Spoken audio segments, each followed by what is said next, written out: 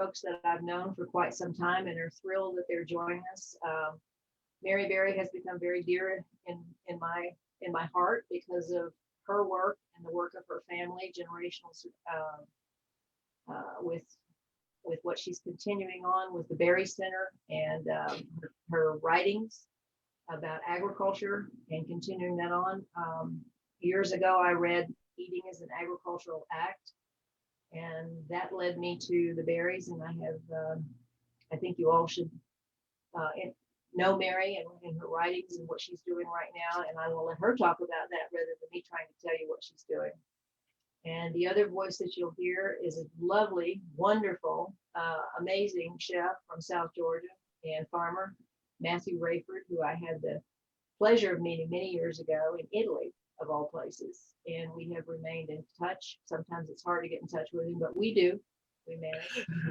And he, again, is another generational farmer who has hung on to his land. And for those of us who have gone through many generations of farming, I'm going to let them talk about what they want to talk about, and I think they have a good conversation for you. So it's better to hear it from them, not me. Thank you all for joining us. Look forward to talking to you at the end of this. Thank you. I'm going to jump in for 1 second for the posterity comments. Carrie Balcom is the director of the American Grass-Fed Association. And I'm Sarah Wenzel Fisher. I'm the director of the Kavira Coalition, and this is a session that is a keynote talk that is part of the 2020 Regenerate Conference. Thank you everybody for joining us. I just wanted to put those in there so that when we post this later, we know where and when we were. Mary and Matthew, thank you so much for joining us. It's a real honor and a pleasure to have you here this morning. And the one thing that I wanted to say before you all started is that we talk a lot about agriculture at this conference, but often the food piece gets kind of sidelined, and I'm really excited to have you both here today because I think that this puts food at the center of the conversation in a way that's really important. So welcome, thanks for being here, and I will take myself off of the camera and turn it over to both of you. Well, how's everybody doing today? How are you doing, Mary? I'm doing very well, thank you. I'm glad to be here with you and all of our friends who have joined us. Good, I am too. You know, it's really interesting that we had a conversation about a week ago about the fact that conversation matters. And what I just got finished counting, and I could be a little bit off, but we used the word conversation just to get this started about 10 times. Good to know that you're keeping track of the words we use. Yeah, well, you know, I think it's a huge thing because when we talk about how conversation matters, you know, we're always trying to figure out how to fix problems. And when we're trying to fix those problems, we forget that we need to kind of be engaged with other people, and we need to be engaged in conversation to actually truly fix the problem, so to speak. So I'm just glad to actually have heard that at the very, very beginning about that. So I really want to start off by kind of asking you to give us a little bit of history about where you all are, where the Berry Center is located, what you all are doing there currently, and give me an idea of where you see your personal local food movement. Well, first of all, let me speak to that word conversation just briefly.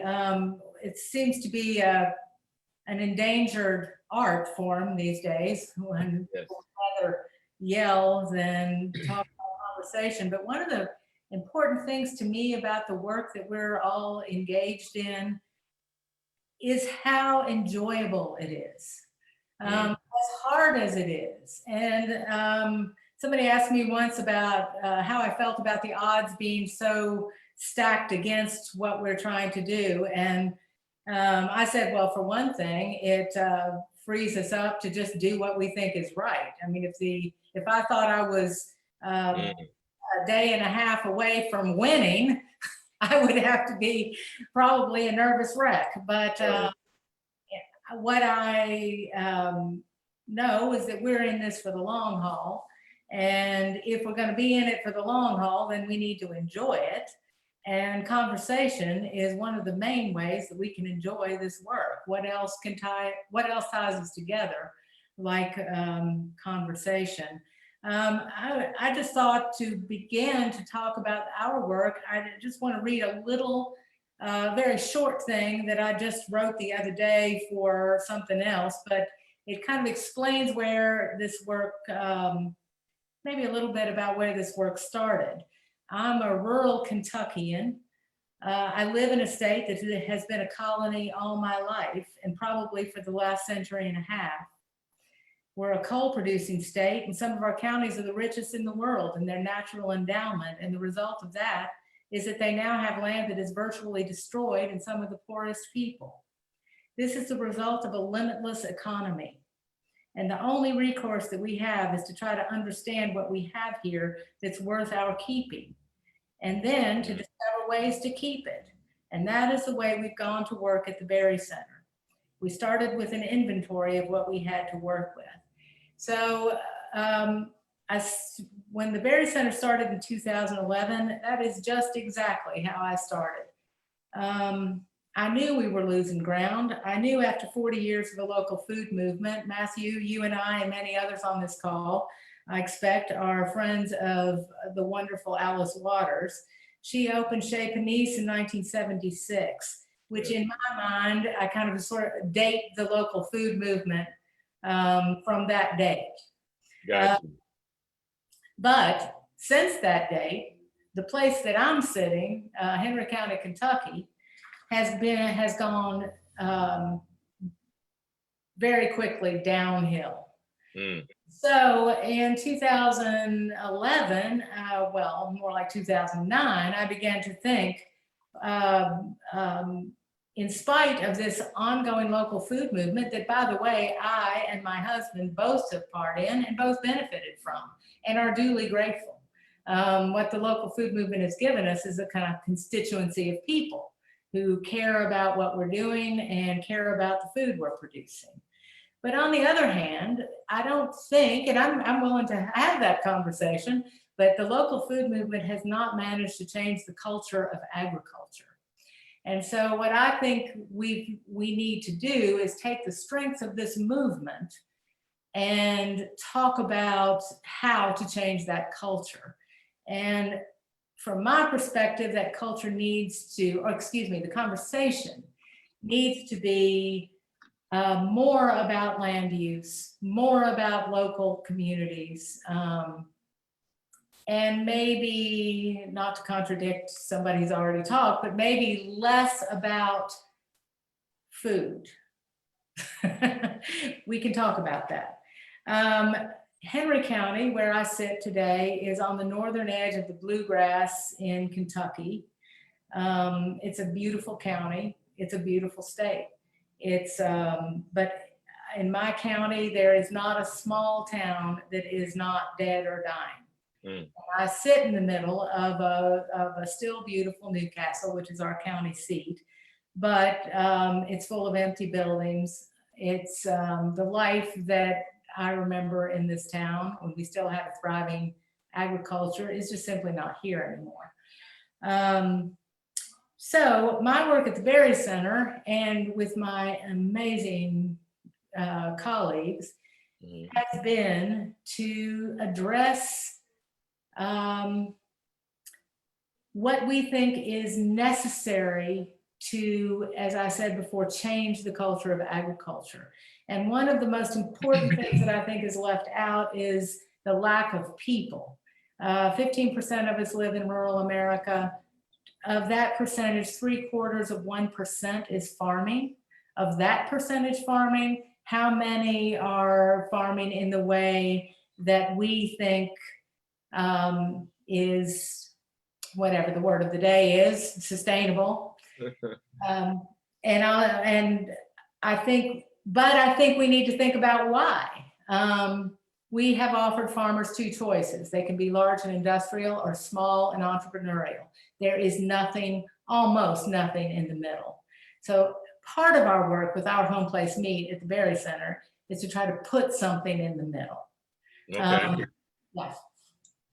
Awesome. Well, I want to interject one little thing there. There was a couple of things that you said, and I want to make sure that we come back to it really quick. One, apparently 2011 was a pivotal year for everyone, because that was actually the year that I also returned to my family land after having said all my life I would never, ever, ever, ever come back to the South. I just didn't have any of those like memories outside of actually good food. I ate the best in my life when I was living, growing up on this land. So 2011 apparently was a pivotal year for a lot of folks. But the one word that you used when you described your place, your sense of place, was that you live in the colony of. And can you, let's talk a little bit about, I know that you and I had talked a little bit about the fact that the United States is still colonized and still not even settled yet. Like it's still working on a colonizing mentality. So when we think about that, you know, you're definitely, you're right on that right thing, right? You're not thinking about culture. You're just thinking about how much of the natural resources you can strip away and just use up and use up and use up and use up and use up and never replenish. That's one of the reasons that, you know, all the words of sustainability and regenerative agriculture and climate change, all those things are starting to become such a big thing, because this colony is realizing that we can't keep stripping it away or we're not going to have a thing to do. Am I correct? Is that kind of where I'm hearing? I do think that we're kind of getting to the end of the time that we can live off thousands of years of stored fertility. I think we're kind of getting into the end of the time that we think that we can take from rural America to benefit urban America, and that it won't matter to urban and rural people alike. We're getting to the time that we're going to have to face some of these things. And there's a lot to be hopeful about, that we're getting to that time. And I think our work is to try to speak from the countryside about what we country people think it's going to take to change things. Okay. And part of our work, well, I think a part of a lot of people's work has been to say, again, back to the inventory I spoke of earlier, I think we need to become a people who can look and see what's going on around us, what we have to work with, not what we imagine we have, but what we really have. And I think one of my worries is how few people there are who can read a landscape anymore. I mean, people come out to see us at the Berry Center, or they did before this COVID, and they would talk about the beauty of the farmland here. Well, the farmland, it is beautiful, but healthy corn and soybean fields don't belong here. And if you don't know, if you can't see that that's a problem, then we've got some work to do. And all we've got to do is say we're willing to do the work. We're willing to do the work. Right. So I guess say we don't know everything. Right. So I guess part of this is that we kind of need to back up a little bit and start with the history of agriculture to figure out where we're getting ready to go. The saying, you know, if you don't know your past, you definitely can't figure out what your future is getting ready to look like. So, you know, the fact that you said we can no longer live off of thousands of years of us just burning up all of this soil fertility. Let's talk about the history of agriculture. And, you know, some of our listeners, you know, I don't want everybody to be all of a sudden, what would I say? Their knee-jerk reaction to be like, oh my God, we're going to go down this road. But we have to figure it out, right? We have to start talking about racial equity. We have to start having this conversation. So at the Berry Center, what are you all working on so far as the racial equity piece and understanding and having a conversation around the history of agriculture and where you see we're moving, because I remember you saying the cavalry ain't coming. So the cavalry ain't coming. We got to do the work now and be okay with whatever might be, you know, inside, whether it be in the heart or the head. So please tell me about what you all are doing. First of all, God bless the people who are working on policy that will benefit small farmers and small communities and so on. I'm grateful to them, and I admire their work. But we can't wait on policy. We can't wait at all. We've got to go to work right where we are. My father says often, it's never going to get so bad that a person of good intention can't do the good thing that's right in front of them to do. And so, you know, we've gone at the Berry Center on what we can do that's right in front of us to do. Well, you and I have spoken of history. At the Berry Center, we have well, let me start again. In Kentucky's past, there is something called the Burley Tobacco Program. It was a co-op. It has a history that's older than my family's involvement.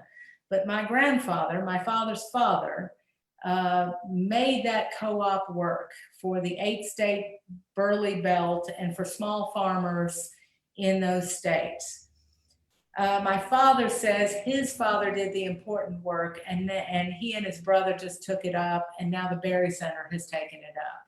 And that work was to put a mechanism between the small farmers and the marketplace to move product, determine parity pricing, control supply, and so on. Now, the fact that it was tobacco has, as I don't need to go too far into, has been a problematic issue. Tobacco is a problematic crop, no doubt about it. So I'm not arguing for tobacco. I want that to be clear. What I'm arguing for is the program that protected small farmers in the marketplace. So Okay. we've taken the principles of the Burley Tobacco Program and we've applied them to our work with small farmers in Henry County, and it's called Our Home Place Meet. And the Berry Center, the staff of Our Home Place Meet, that's in the next room, trying to be quiet right now, work every day to move product, to maintain the parity price for farmers, and to grow the program. So I think maybe the thing I'd like to talk about a little about equity is the example that we're working from. The Burley Tobacco Program was complicated, and it will take the rest of the hour to explain it. So I'm not going to do that, but I will say this. It was a quota program. And every farm in Kentucky and in other burley growing, producing states had a quota on the farm. It was based on the history of burley tobacco, of tobacco production on the farm. It was also based on the topography of the farm. The quota belonged to the farm. So when a farm was sold in Henry County, Kentucky, the quota went with the farm. The quota determined income. It could not be taken off the farm. If somebody you didn't really think should buy your farm you couldn't take the quota off it. So it seems to me that way of thinking, that we begin to put in place protections for small producers. You got many buyers, or many producers, a few buyers. All the power is wrong. So I think we need to be putting things in place to make the market fairer for farmers, and hope like hell that improves the other issues that we're dealing with today. We're not going to leave it to chance. We're not going to say I hope you do the right thing because you feel like you should. We're going to say you have to. You have to. You have to. You Yeah, demand it. Demand it. got no choice. Got no choice. Part of it.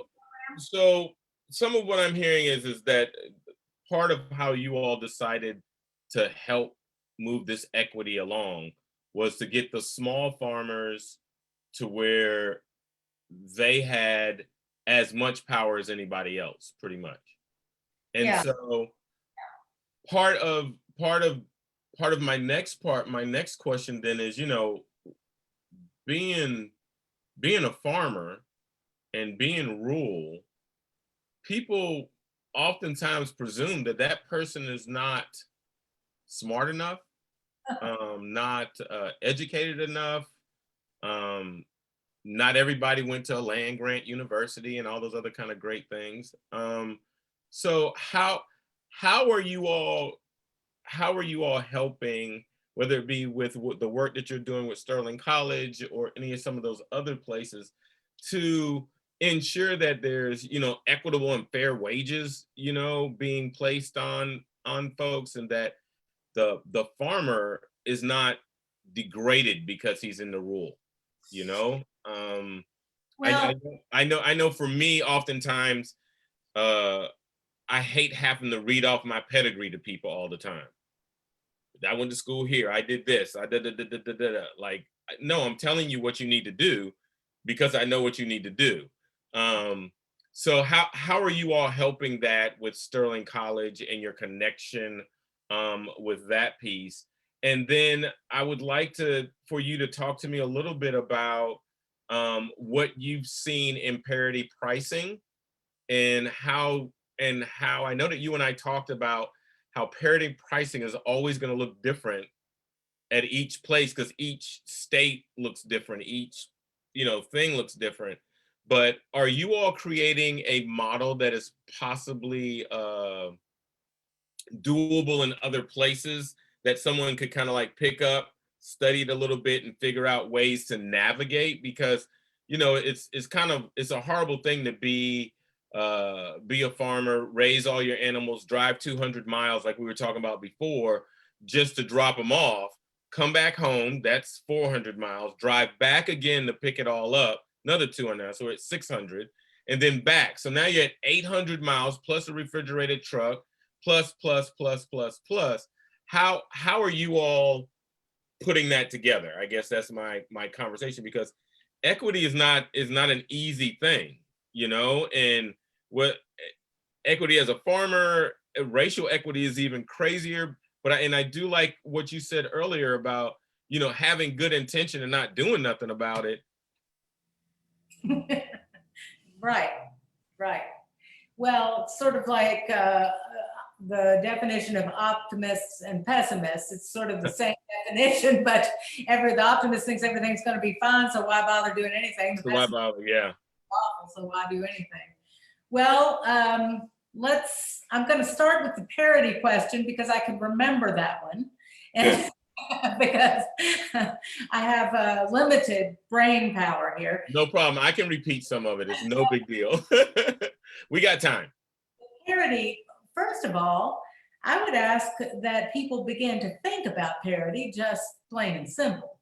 That we begin to think about, in terms of farmers, that a farmer ought to be able to get back cost of production and keep something that amounts to a living wage. My grandfather, who thought long and hard and for his entire life about parity,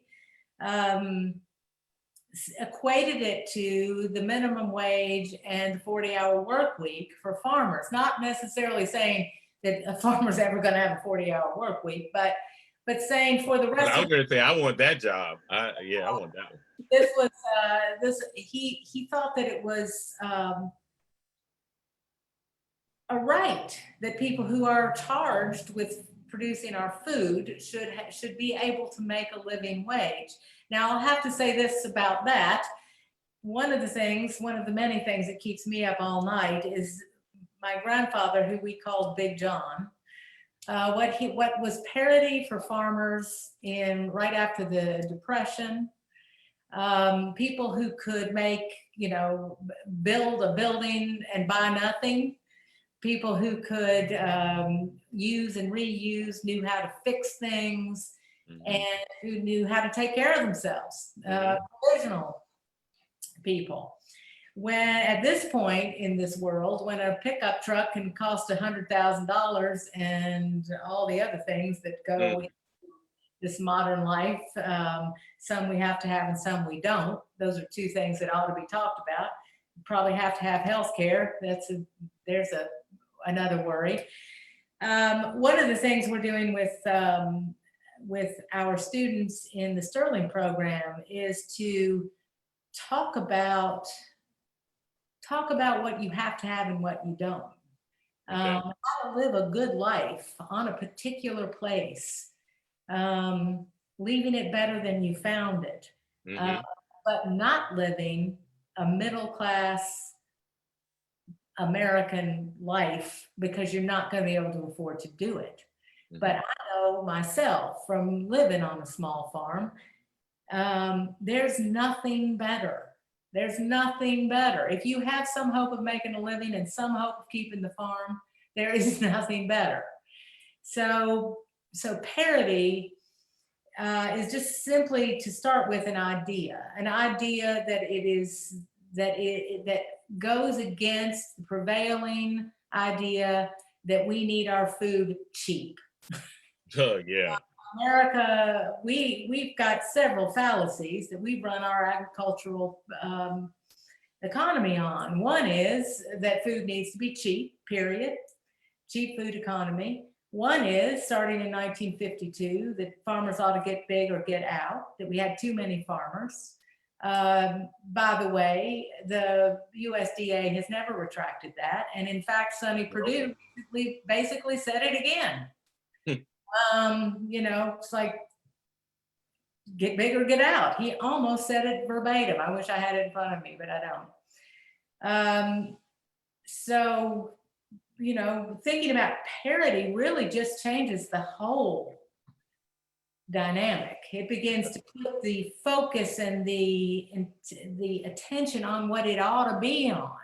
The health of the land and the people, always connected, never separated. Do you all talk to is there any instruction given to these new farmers, young folks that are coming in, about like eating what they grow for themselves and not living a pauper's life trying to sell what they have? And I really, and one other thing I'd like to piggyback to ask you, when you said things, like those things that we feel like we need to have to be middle class, can you talk to me a little bit about that thought process of like how they dupe rule folks to believe that because we don't have all of those shiny things that we're a different group of human beings? I would say, absolutely. The defeat of country people and their communities and their culture has been almost complete. When I was growing, Kentucky held on longer than some places because of the tobacco program, because it kept farmers out of economic stress, and it allowed farmland to pass from, and the culture that it took to farm it, to pass pretty seamlessly.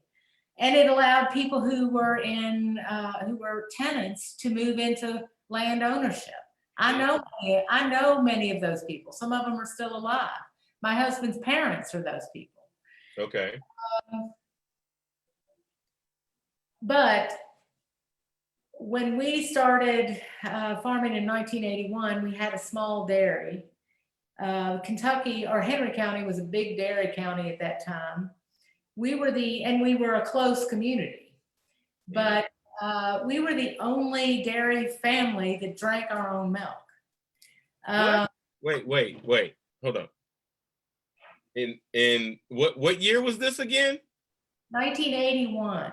I'm extremely old. No, you're extremely young. You're extremely young. I'm just thinking it, I'm trying to fathom like milking a cow and just selling it, or trying to sell it all and never feeding my family with it. Well, the defeat of country people has been to get them into the cash economy. Okay. Okay. You sell everything. You sell Right. it, and then you buy what you need. So you ruin your health and you ruin your economic situation. Yeah. And this is part of the work that we've taken on at the Berry Center, is to be a part of a rebuilding of pride, Okay. of local pride in your place, pride in your history. Mm-hmm.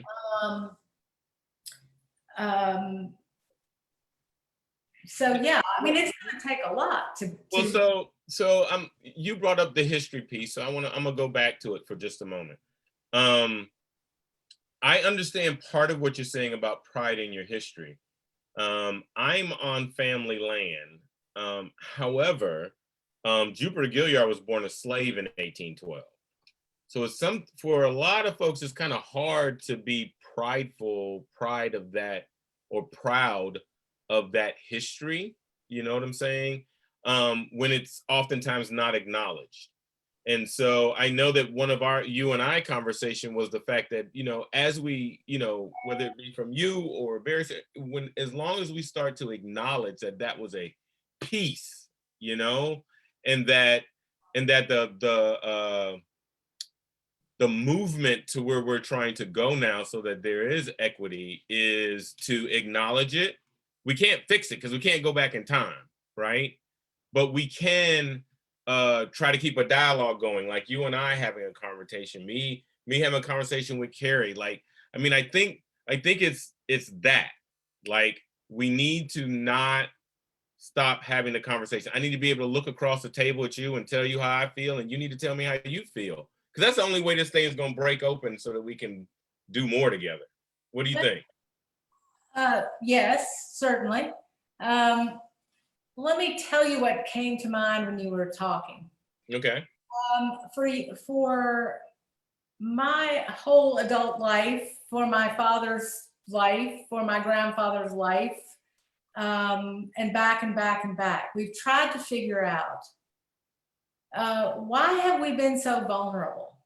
Why were we taken over? And when I say we, I'm talking about agrarian, the agrarian way of life. Mm-hmm. Why have there been a few places after the Civil War when Black farmers were beginning to put down some real roots, Black belt. good work, and there's still places where some good co-ops still exist, and so they've held on. What's the difference in the people who can hold on and the people like I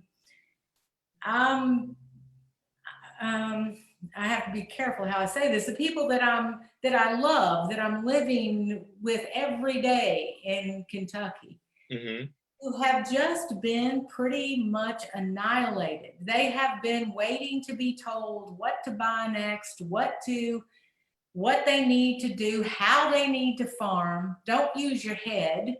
Use your heart. So, and I was thinking when you were talking of the many, many meetings I've been to when we're trying to save this or save that or fight this. And people I've known all my life, both Black and white, will get up and I know them to be brilliant people. I'll know them to have the kind of cultural knowledge that people ought to be desperate to have. Right. They will start their argument with, I don't know, I'm just a farmer. But, and I think, no, let's don't start with I'm just a. Right. Yeah. Yeah. Because, I think about being on this land with my cousin and having him talk to me about how things need to be built. And I'm always like, so you remembered what great granddaddy told you about this, this, this, and this? And he's like, yeah. So if you lay it like this and then do it like this and do that, da, da, da. And I'm like, that's 100 years worth of knowledge back, you know? And I think that I've always been a proponent of being able to fight your way out of a wet paper bag is a lot more important than being able to talk about how the paper bag was made, so to speak. And I think that part of what I hear you saying is that the degradation or the degrading of the rural culture has become so prevalent that it's literally stripped that hard knowledge that's right there. Like, I think about composting, for instance, right? There's nothing new that I'm doing with composting. Nothing new. Not one single thing. Whether you use the term green manure straw, whether you use the term of, lasagna, whether you use the term of, well, I'm using red wigglers or European crawlers or African crawlers, whatever it is, we're still doing the same old stuff, right? And I think we need to stop renaming things. We need to call it for what it is, and then that history stays with us, and then we can be prideful of that history. Right. Yeah, I don't think we'll be proud of things we shouldn't be proud of. Right. No. I'm just saying, but when you change the name, and somebody's probably gonna knock me in the head one of these days for me talking about regenerative agriculture, but Not when you're on a Zoom call. No, we're on a Zoom call. Okay, I'm good. Oh, good. But whenever I hear someone like really start defining regenerative agriculture, I can only think of what my great grandparents did.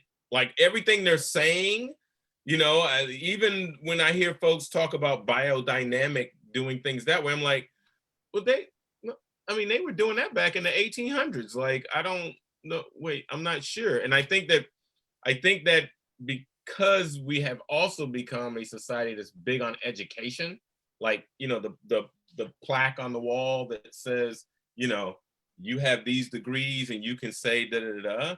I think that we also need to be able to say that, farmers walk around with some serious degrees without anything on the wall. Like I know farmers and farmers' wives that could probably heal the world if we might have not even had C19 if we would have just dealt with farmers alone, because they know some herbal remedies and some stuff that you sitting back like, so you just fix that like that, huh?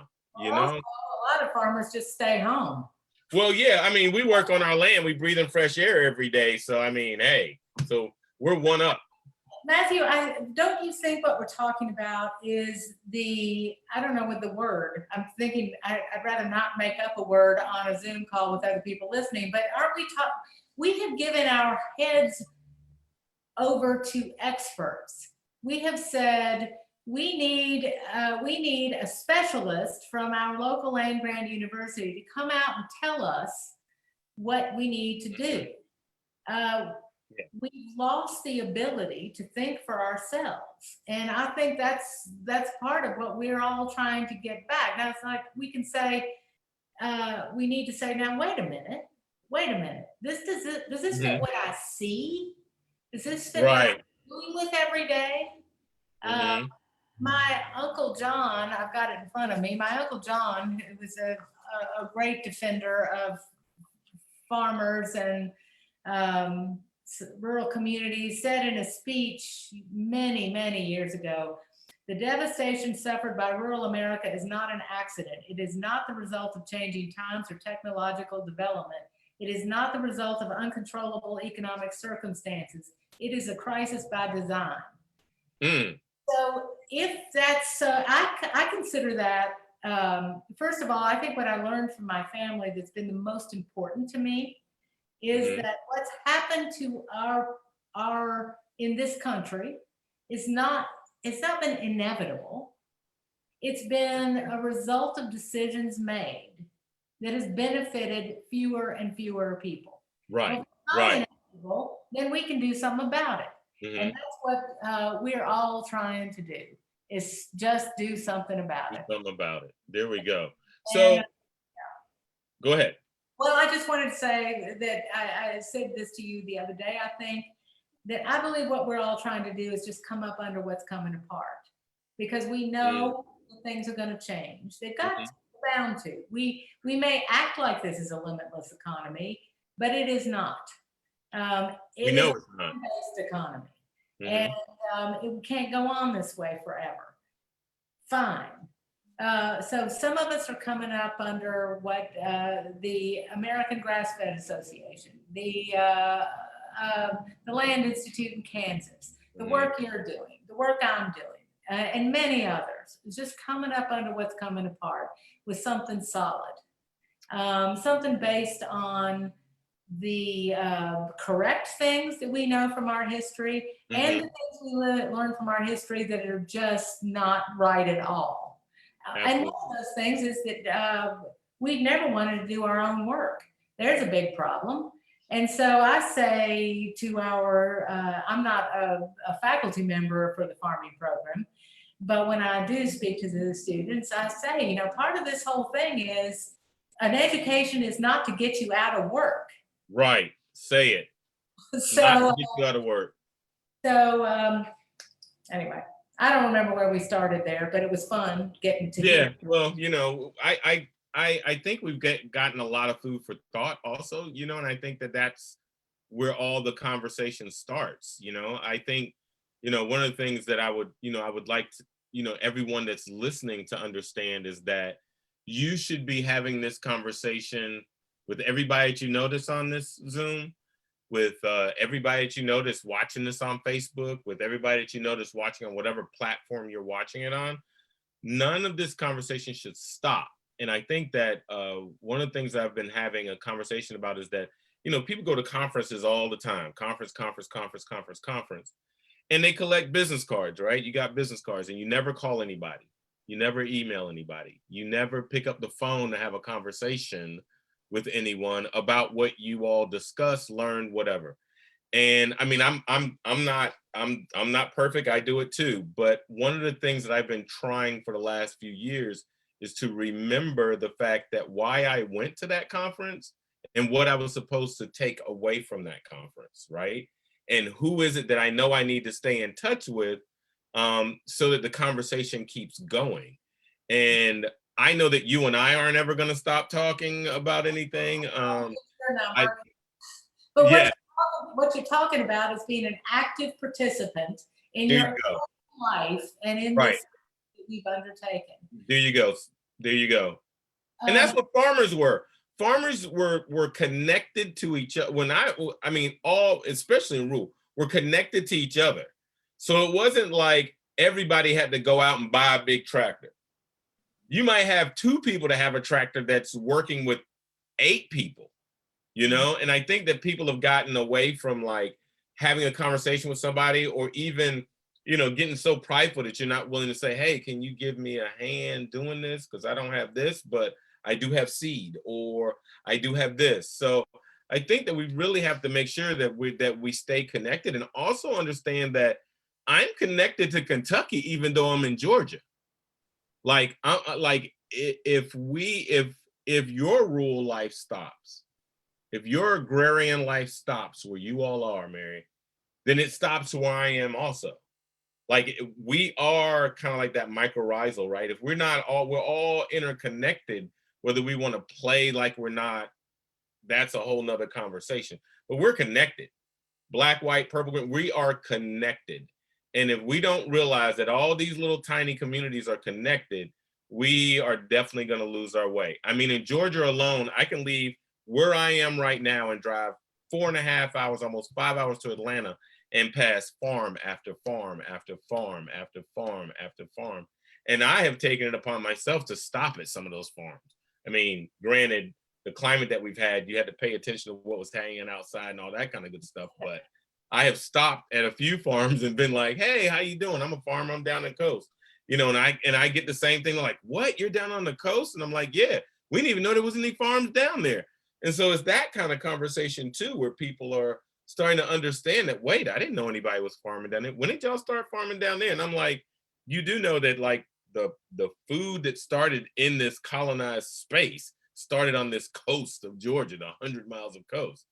So I think it's us having that kind of conversation, understanding how we're connected. I like what you said about co-ops and understanding that, you know, there are some African-American co-ops that have been around, like West Georgia Co-op has been around forever, you know, Southern Cooperatives forever, you know, so I think there's that, it's us coming together and saying, hey, we got a lot of knowledge that's right here, that we sit at the feet of our elders for more than just the time that we sit by their bedside as they take their last breath, but that we talk to them right now, that we figure it out right now. And I'm going to use this short story of my Nana as probably me realizing how much we need to have a conversation before we just decide to go off and do some ish.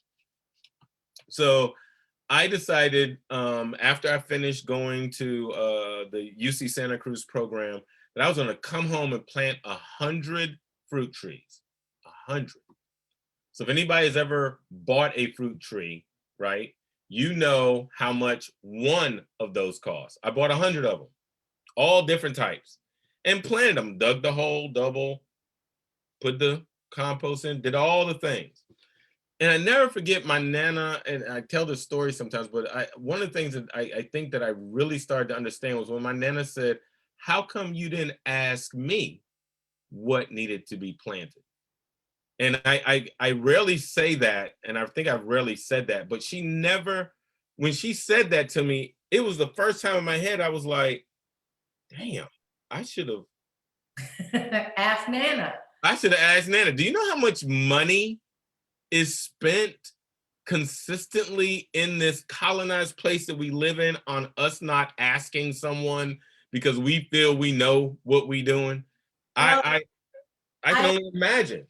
I agree with you, but I'm going to let us off the hook just a little bit by saying that everything in our, just a little bit, everything in our culture has pushed that and encouraged it. Mm-hmm. You spoke of maybe 8 farmers using 1 tractor, something like that. Yep. Mm-hmm. Our economy doesn't want that happening. We want fewer farmers and bigger tractors, and we want them all in debt paying for them. True. When I say me, I don't mean me at this point. Right. I'm guilty of a lot of things, not that. But I think that we have been turned into people who serve the economy. We are here to serve the economy. And that's wrong, ruinous, and we're reaping the benefit or reaping the result of that. So you saying that who are we here to serve then? I am. And I'm saying that we've got to make that choice for ourselves. We've got to be alive in our own hearts and minds and say, who is my neighbor? Who is my? That's right. That's it right there, right? That's it right there. I was just thinking while you were talking, one of the things that I think we are really desperate for, and this goes back to a question you asked me and I didn't answer. You asked about home place meat and if it's replicable. Right. It is replicable. Work will have to be done anywhere it's done, but my dream, and I will be long dead whenever this happens, but my grandfather thought that the principles of the Burley Tobacco Program would work with anything farmers produced, including forestry products, anything. Okay. You control supply, you figure out the parity pricing, and then, of course, there's 1,000 other things to do. But if you start with those ideas, and you start with the idea that the benefit needs to go to the producers and to the land. Okay. It should not be stripped away from the people and the land. And by the way, one of our ruinous ideas in this country is that first of all, you can farm the same way anywhere you are. And secondly, that we can separate land and people from land and not suffer the consequences. Well, we've suffered, our whole history is suffering the consequences. Right. Of getting rid of the people who knew how to live here. So, but we can do better. I know we can. And I want to say a word about that. The farmers that we're working with in our home place meet are not all generational farmers, but mostly are. They're mostly pretty young, mostly under 40. Okay. They're people who have the passion to farm and who want to live by farming. Okay.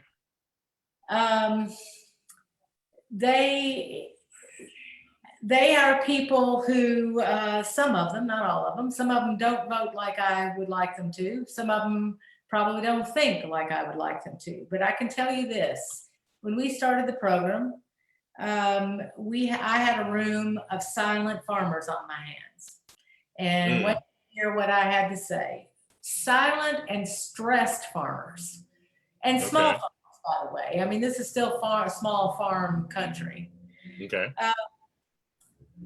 I don't know if I'm sure you've spoken to rooms of farmers. They can be the most terrifying audience because they can be utterly quiet. Right, yes. Well, our last few meetings with the farmers that are a part of our home place meet, you couldn't keep them quiet. They're talking about genetics. They're talking about forage health. They're talking about soil health, although they don't say it that way. Mm-hmm. So that's a piece of this work that I feel like we need to pay attention to. Okay. And that piece is, there are people, even if we don't agree with them, even if we don't think we like them, they're on land and they know something about farming.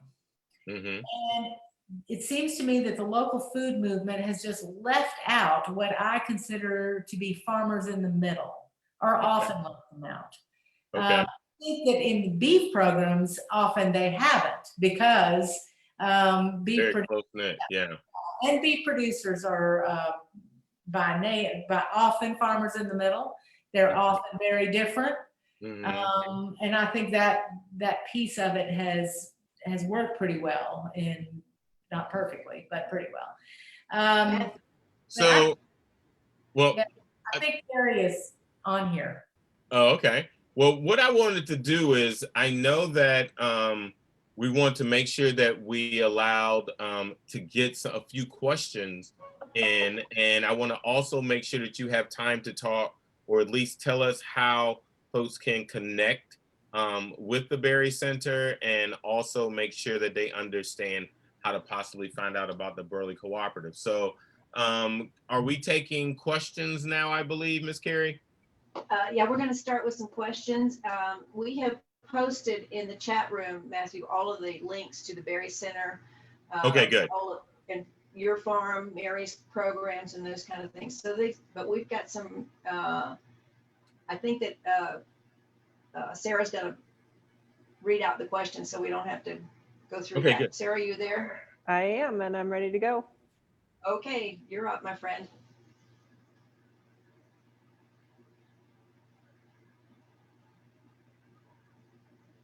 All right, we're ready to take questions. I think we had a question earlier too that came in a while back. Sarah, do you see that one? I can also just read it. I don't see it. If you'd like to do it, that'd be great. Yeah, just go ahead. Current farmers action sounds like the farmers and ranchers in my community, that is our struggling of how we get them to the table or to their field. How do we get them involved? Okay, the question is how you get farmers involved in Dorothea, if you feel like elaborating, I think what the question is how to get them involved with the local food movement or a farming movement. Well, Matthew, should I start, or do you want to start? You can start, and I'll just piggyback. I will give you an answer based on my experience at the Berry Center. And by the way, I was a full-time farmer until 2011, and I farmed under a federal program that was the Burley Co-op, and we had a dairy, and we provided milk for a co-op. We did a lot. And the local food movement worked for us because we were first adopters. We were the first pastured poultry supplier in the state of Kentucky. My husband ran the first CSA in the state of Kentucky. So I see a big problem now that we've got entrepreneurial farmers in direct competition. So this is something that I think needs to be talked more about. But to your question, we got the farmers in Henry County, Kentucky, some of whom would have been involved, but mostly they wouldn't have been. If I had gone to them and said, you all must sequester more carbon and you must think about organics, they wouldn't have stayed in the room. Not one. What we said was, this is what we're going to do and this is what we're offering you. You've got to abide by our standards. But we've knew most of them. We know something about your farms. We see that you're good farmers. You're already doing perennial agriculture, another thing I didn't say. But this is what we're offering. You abide by our standards. We will make a commitment to you, a contract to you for $1.80 a pound live weight. And we will live up to our contracts, and we have. And after a year of that, they were coming to the table with their own conversation about these things that the local food movement and, liberal people and so on talk about, sequestering carbon and so on. They use different terms, but they're doing the same thing. They're doing what we're asking them to do, and they know how to do it. And so what got them to the table was the offer of something, not just, we think there's lots of opportunity. You just need to take advantage of it. Well, that's not going to work for everybody. In fact, that's not going to work for most people. So a farmer, I told you this, Matthew, the other day, a farmer said to me not so long ago, I knew I'd have to grow it and I knew I'd have to take it to the market, but I didn't know I'd have to teach people how to cook it. I mean, you have to do everything. Well, Right. So my answer is to simply, if you are an entity, if you are a berry center or a something, offer something and mean it and speak with respect to the people who are coming to the table. Well, I can't say anything better on top of that outside of, I think it's also, not taking a no as a no. Like, farmers are also a big show and tell group of folks also. So, if you just stand up there just pontificating about all the amazing things that a farmer just looking at you like, okay, well, I still got these hogs I got to go take care of. So you keep talking. But if you can actually show, be a person of action with what you're doing, like what Mary just said. I think that you'll always come on top, whether you're at a farmer's market, whether you're inside a store somewhere, wherever it might happen to be. You got to really show something. Yeah, show something that's based on something you actually know. Right, right, definitely. Next question. We did have a question come in that sort of showing that the Burley program has had other cooperatives that have learned from that and modeled it. The person thought maybe Organic Valley had been modeled after some of that work. But I think maybe the question was pointing towards what are other examples where that particular cooperative model is helping to reinstate some of that supply chain in the middle to support family farmers. And the example that comes to mind, you mentioned it earlier, Matthew, is the Southern Cooperatives. Dr. Sherrod, I know, is working on some new programs with her farming efforts. So maybe both of you can speak to what are examples we can look to out there where that's working. And I think that the Home Place Meat program is another one, but I'll let you guys riff on that a little bit. Well, one of the things that we're desperate for in this world, and I think Matthew has touched on that already, is that we're desperate for examples. We're desperate for good examples to get for people to learn from and to get hope from. Organic Valley, the dairy co-op that's headquartered in Wisconsin, is indeed based on the Burley Tobacco Cooperative that my grandfather worked with. Wisconsin had some tobacco. The founder of Organic Valley knew about it, and he indeed did use the principles of the program. So, you know, it can work again. And there are others, but Matthew, you talk about the co-ops that you.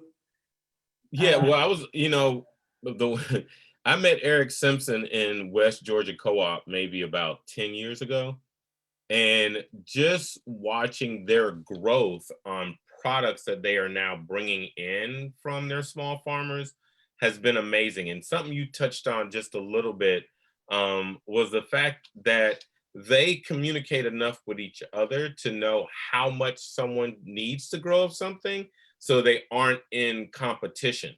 And I think that that's another thing to kind of think about. Like, we only need but so many carrots, and we only need but so much this or so much that. Like, if everybody grows carrots, then who's bringing the crookneck squash? Who's doing the Sea Island red peas? Who's doing right? So I think that there definitely needs to be a conversation about, just because you can grow it doesn't necessarily mean it needs to be the thing you take to market. Because one of the things that I've definitely seen inside of farmers markets for sure is where you walk past 10 tables and all of them have the exact same thing.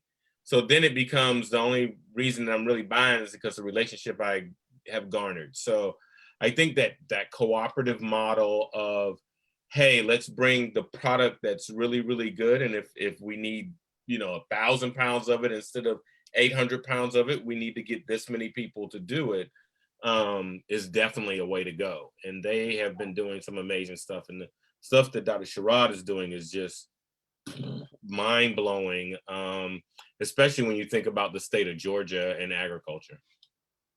Well, I think what we're after is an economy of cooperation, not competition. Absolutely. And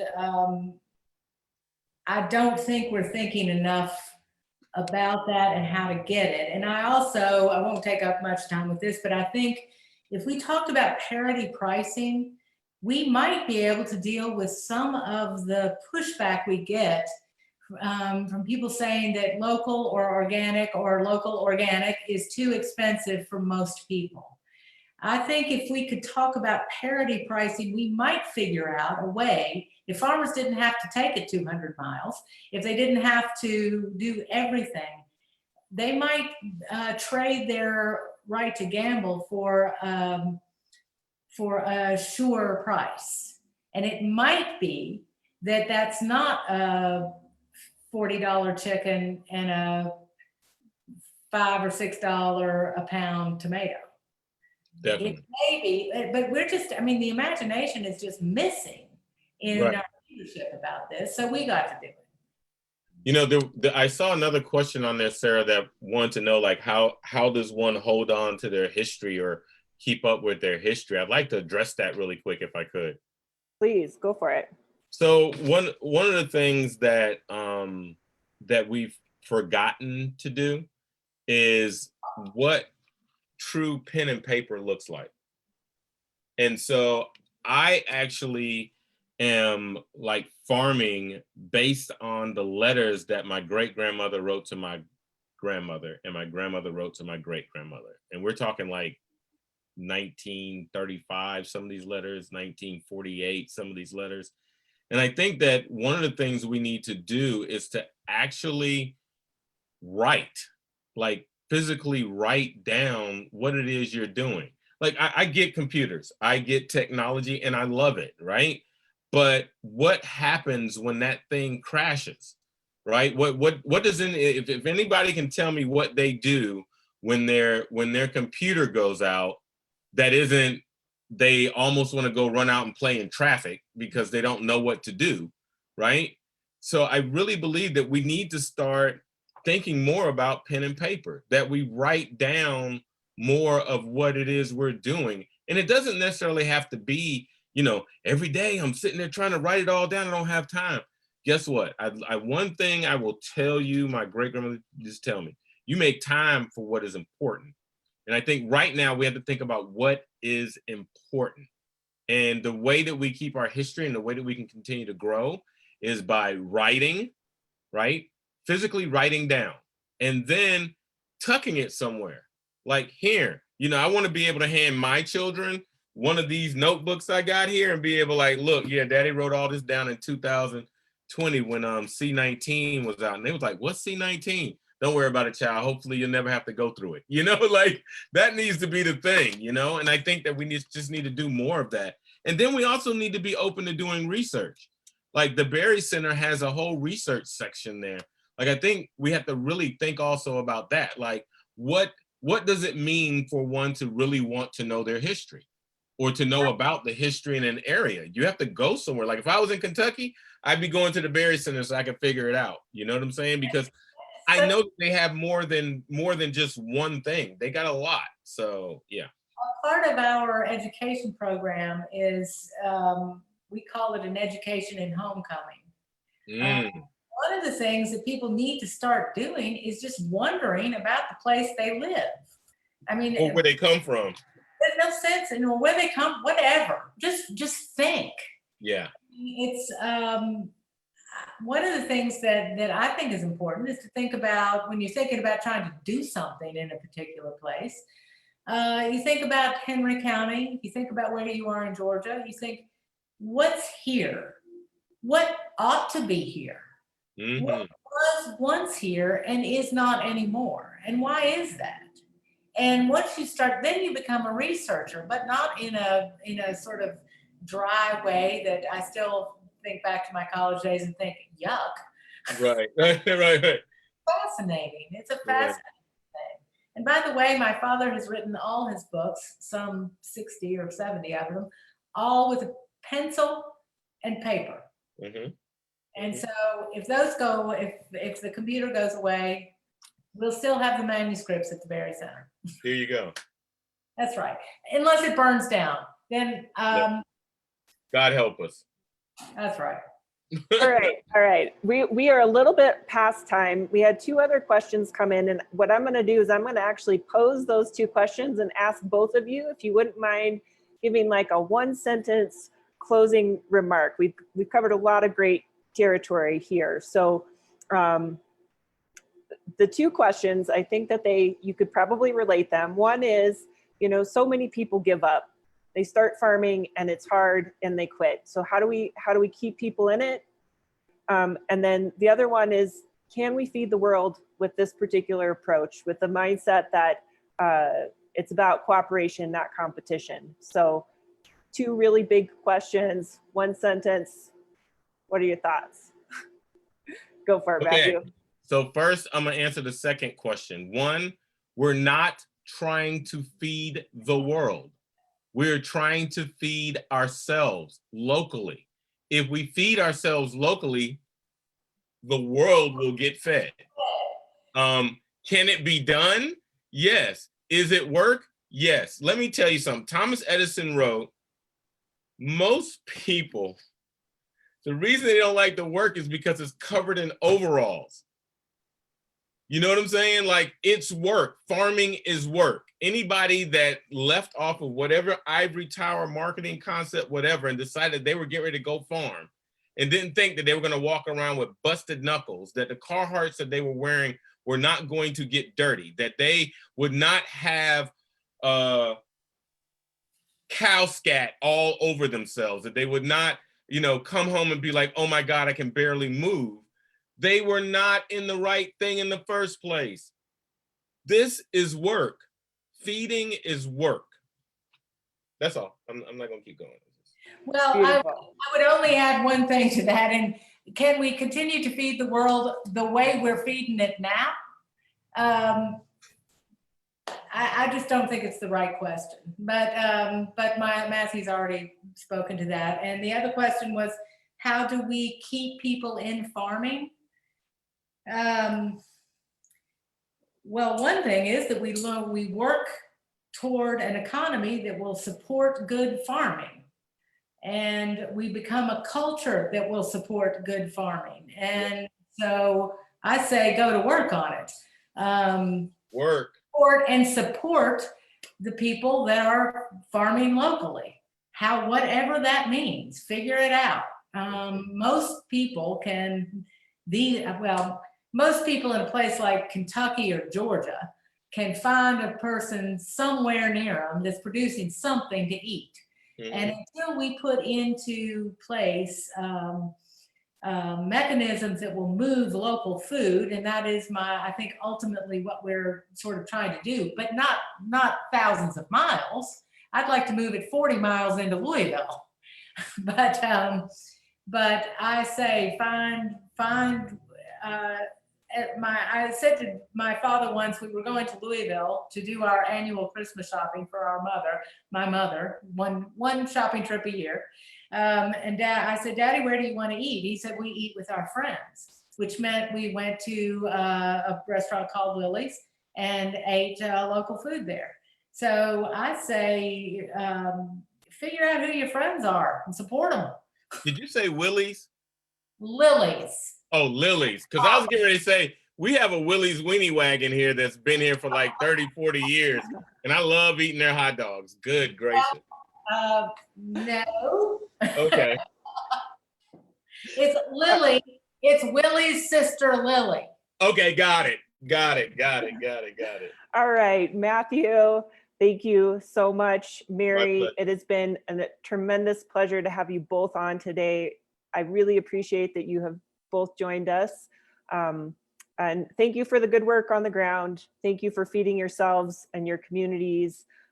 Matthew will be back with us next week with his partner, Javon Sage. So I hope you will tune in for that conversation. We have a great film screening this evening of the film called Gather. This is open and available to everybody. So thank you all so much. We hope you will join us for the next session. Thank you all. I just want to add my thank yous to both Matthew and Mary and the Berry Center and Matthew's Farm and everybody else. I really appreciate you joining us today because I think you're inspiring to everybody here. Thank you. Thank you. Thank you, Carrie. Come to Kentucky when you can. I will. Oh.